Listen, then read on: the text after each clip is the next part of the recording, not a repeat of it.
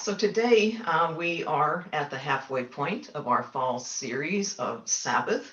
And as I mentioned in our opening prayer a little bit earlier in the service, we're going to be taking a look at happiness this week and how it shows up as we continue incorporating the practice of Sabbath into our lives. Now, this week's reading in our book, it continues to build upon last week's in that it continues to shine a light on the emphasis that we can see being placed on material goods in our culture, the ways in which they can be given primary importance for some or in some people's lives. And oftentimes they can also be seen by some as the actual source of happiness. And so I wanted to share what Wayne Muller writes about happiness as it relates to our marketplace and economy of today. And he offers happiness is the single commodity not produced by the free market economy. Worse than that, when we are happy, we don't feel the need to buy anything.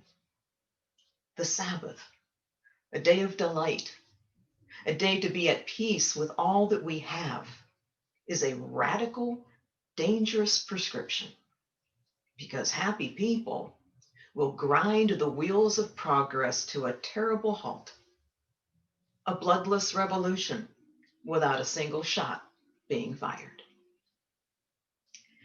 Now I got the sense in reading that there were some important underlying issues of happiness that Muller wanted to invite us to be aware of and to consider, for ourselves. So that's what we're going to look at this morning. We'll take a look at a few things so that we can then better gauge, better begin to create and nurture our own happiness going forward.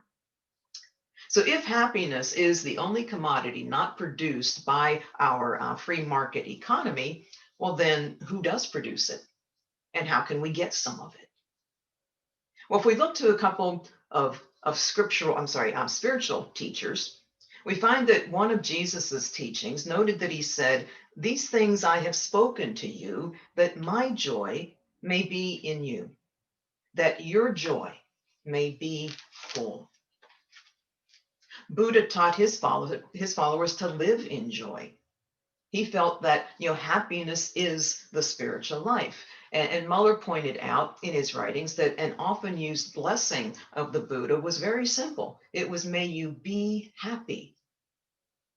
Now, philosophers, they took a more secular approach, and they engaged with the pursuit of happiness, noting that as being a noble aspiration of a civilized life.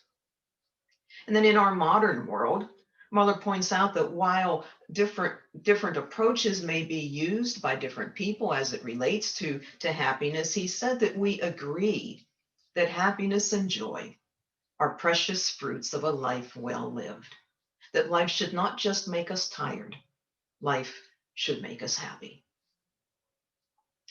Now, did you catch the big difference between what the spiritual masters had to say as compared to that offered by the more secular scholars?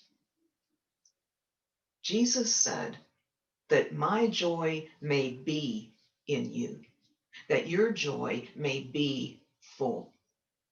Buddha said, "May you be happy." The scholars adopted the phrase pursuit of happiness. The former guides us inward into being, and the latter pulls us outward into doing.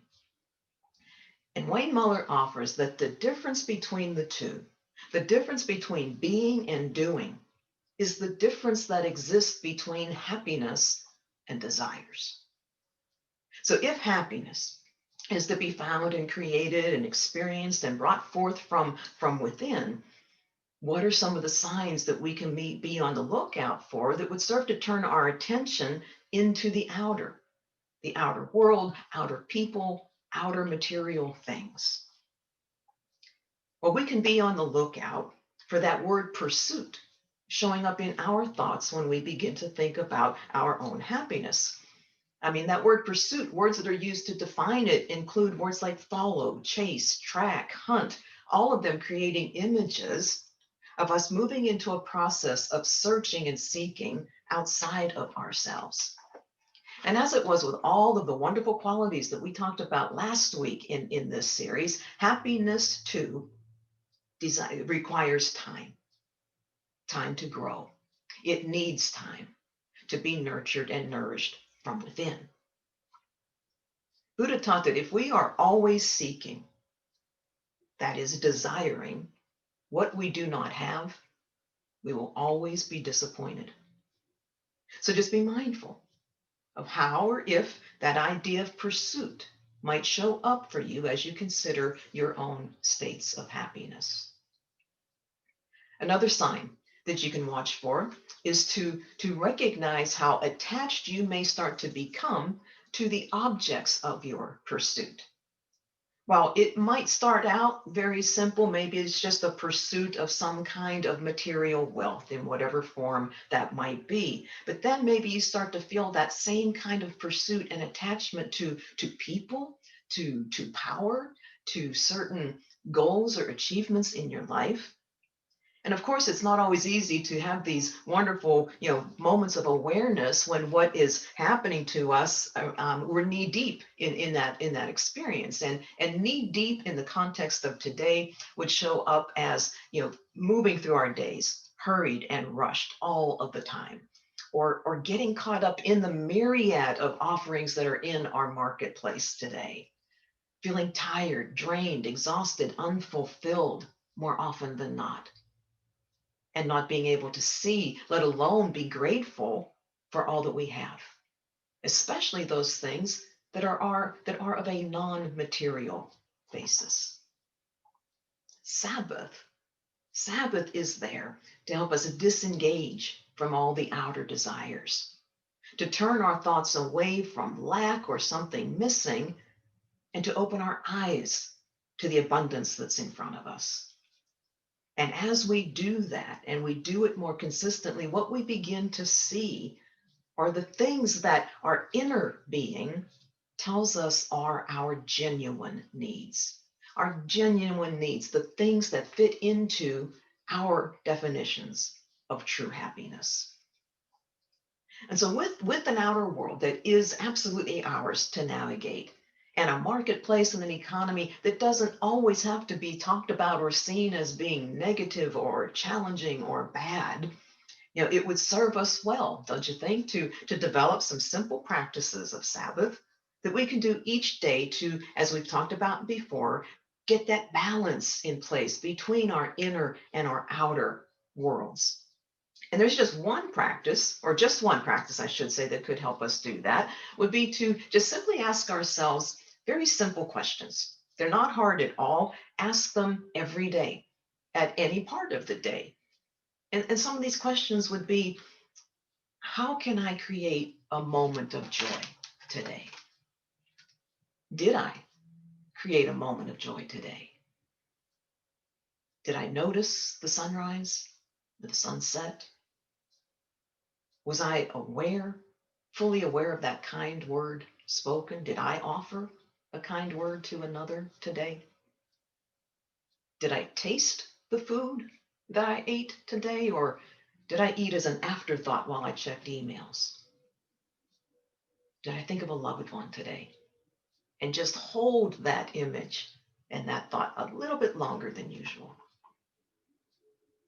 What are three things? What are three things for which I am grateful for in this moment? And what genuine needs, if any, exist for me right now?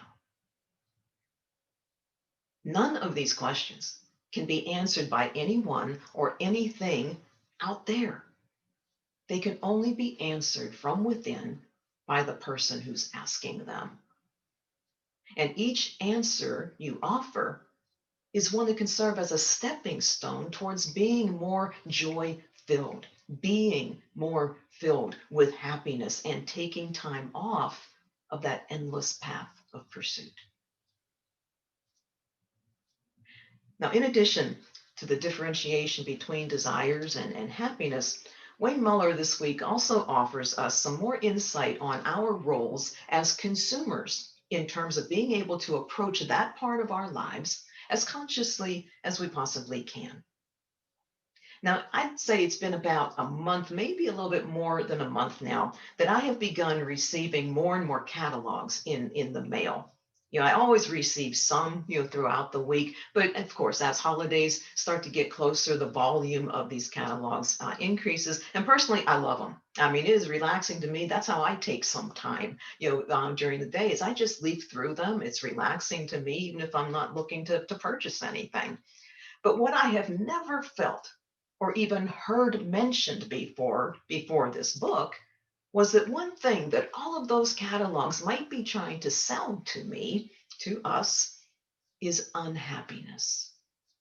Unhappiness. Now I can't in this moment just take a broad brush and paint that across every catalog or mailer that is sent out. However, I can see Muller's point at least being a possibility. Now, this sale of unhappiness occurs when a person looks at the merchandise, the setting that it's in, the people that are in the photos, and interprets all of that as what they need to be as happy as those models look.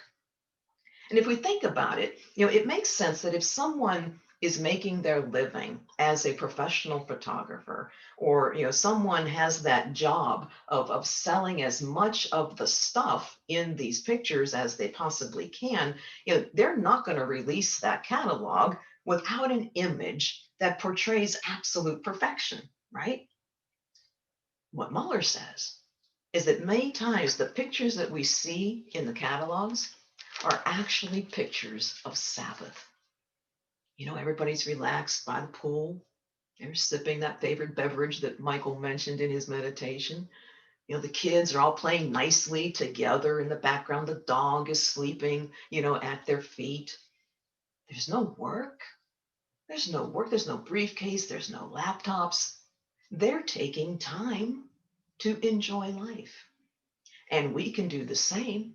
And we can be as happy as they look if we have all the stuff they have. The house with a pool, the same style or brand of clothing or furniture or perfume or hair product. If we buy what they have, then we will be happy too.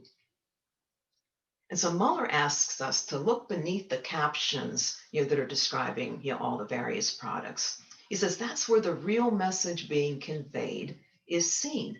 And it's one that he says goes along the lines of, until you buy what we are selling, you will never be happy. Look at these people. Don't they look happy? We know you're not that happy. You've never been that happy. Without what we have, you are not enough. You don't have enough. You've not achieved enough.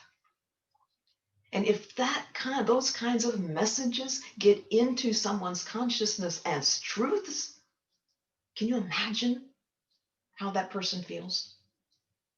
Imagine the sadness, the sense of inadequacy, the feeling of low self-esteem. Imagine the unhappiness. And here's the thing, those magazines, the catalogs, they're going to keep on coming. There's going to be more stuff. There's going to be the new and improved stuff. There's going to be a different holiday coming up on the calendar. And if that continues to get into someone's conscious beliefs, then that depth and that downward spiral of unhappiness is just going to continue on and on and on. And so what can we do through Sabbath to prevent ourselves from falling into the falsehoods that are being conveyed? Now, we've already talked about some of these in our first 3 weeks of the series. There is that practice of gratitude. There is that practice of just taking time, just the act of surrendering to Sabbath. There is the practice of stopping, of resting, of listening. And all of these are a means of taking you into a connection with spirit within you, where you will hear the truth of who you really are, where you will hear that your life is unique to you, and that it is just as valued and valuable and sacred as anyone else's. And there's a new practice being introduced this week, and I laughed out loud when I saw it. It just tickled me because it is the practice of slotha yoga. Sloth yoga. It's a new spiritual practice put forth by one of Wayne Muller's friends. So, how does one practice slotha yoga? Well, there's just one physical movement that you have to keep in mind and think about, just one. And that is when you wake up in the morning, don't move. When you wake up in the morning, don't get up in the morning. Take time to stay in bed. And while there, a few things that you can do with little or absolutely no movement at all are things like think back over the dreams that you had while you slept. Check in with your body. Does it feel good? Do you feel some kinks or discomfort that you might want to pay some attention to? This one's a favorite of mine, to just feel the blanket. I mean, it's perfect because it's what helps you to sleep, right? So just feel the blanket around you, or the pillow that's what am I trying to say? Supporting your head. Think about what you might like to have for breakfast. See the colors of it. Imagine the aroma of it. Taste it, in your mind. Or look out the window. Just see how light it is, how dark it is. Experience your prayer practice for the day. Write down those 3 things you're grateful for that you put on that pad of paper that you put on your nightstand. If you have a spouse or a partner, have a heartfelt conversation with them. Read even just a paragraph from an inspirational book. Imagine how you will make a difference in some way that day. That list could go on and on and on, but that list ends up being one filled with things that bring forth the happiness that you are nurturing within you. So much in life, and so it goes with the practice of Sabbath, is all about choice. It's all about choice, and today's choices refer to those that we make about what we will do and how we will spend our time cultivating happiness. And Mahler invites us to consider that this freedom of choice of ours, that I know that we cherish so much, to have such freedom of choice, he says that it can be as painful as it is precious, that it can suffocate us sometimes, and that some choices actually serve to take away our freedoms. So painful and suffocating, well, just take a moment to think about a decision that you have to make and how overwhelming the number of available choices could be. For example, do you want a college degree? Well, which one? From which college? Do you go now or do you go later? And if later, after what? Having children? Getting married? Getting a different job? Saving more money? Are you looking to live somewhere where there's not such a harsh winter to experience? Well, there's nearly an entire world out there that you could consider. So how do you make these decisions that have so many major implications on your life, and possibly, probably on the lives of others? It can be painful at times trying to maneuver through all of them. And when there are more options to choose from being added into the mix day after day, that freedom of choice in life can sometimes begin to feel suffocating in some ways. And when it comes to the choices that might eliminate some of our freedoms, well, we can look at the 10 Commandments. What are they all about? Everything you shall not do, right? Thou shalt not fill in the blank. Or Muller points out that apparently there's 39 prohibitions about working on the Jewish Sabbath. Prohibitions, restrictions.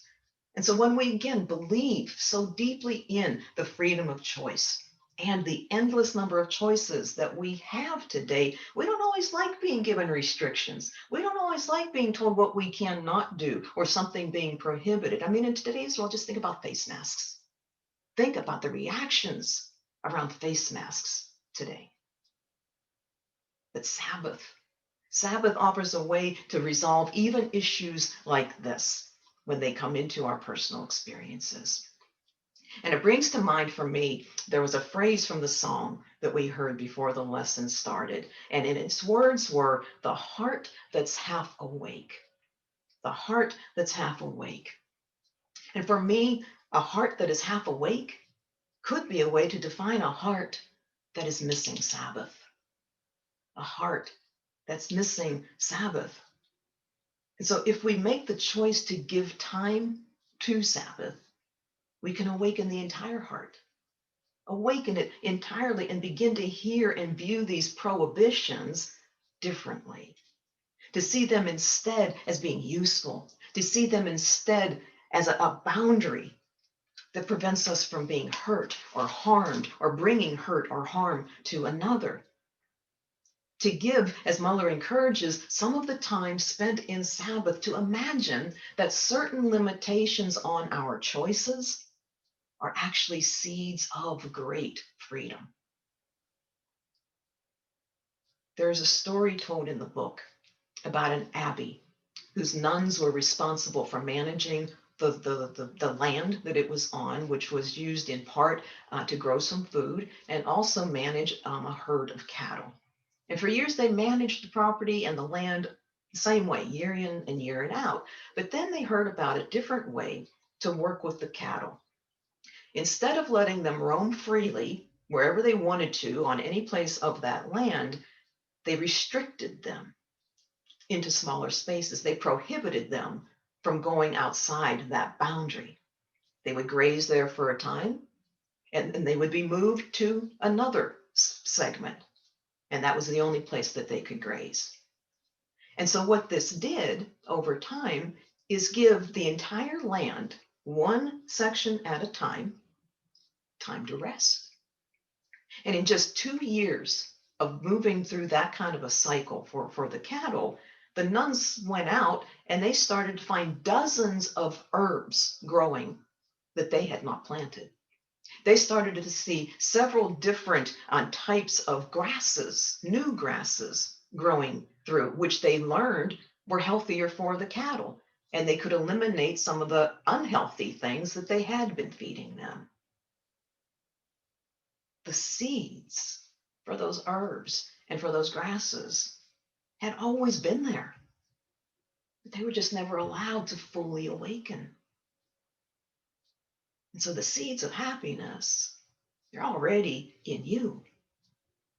And with a plethora of choices that can overwhelm or feel suffocating at times, remember, you only need to pay attention to one, and it's the choice of Sabbath. A choice that eliminates all the others long enough to enable you to listen, to enable you to hear what is genuine and what is important to you, and to allow that to spring forth naturally. Naturally allow it to spring forth, fill your heart and fill your life with all the happiness, all the joy that you wish to experience. God bless you.